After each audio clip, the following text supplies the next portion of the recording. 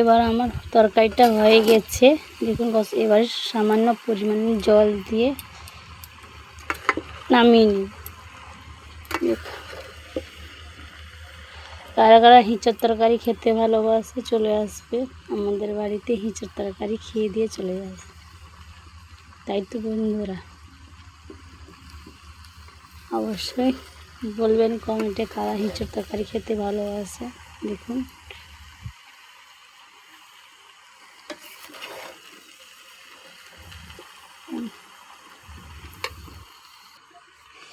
এবার অল্প পরিমাণে জল দিয়ে দিব।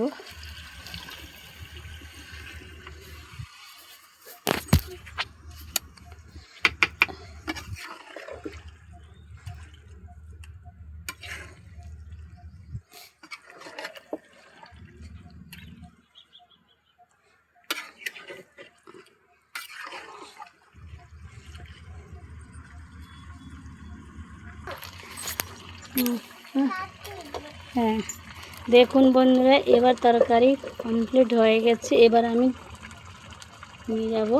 দেখুন কত সুন্দর হয়েছে। সিদ্ধ করার পরে পুরো কত সুন্দর হয়ে গেছে।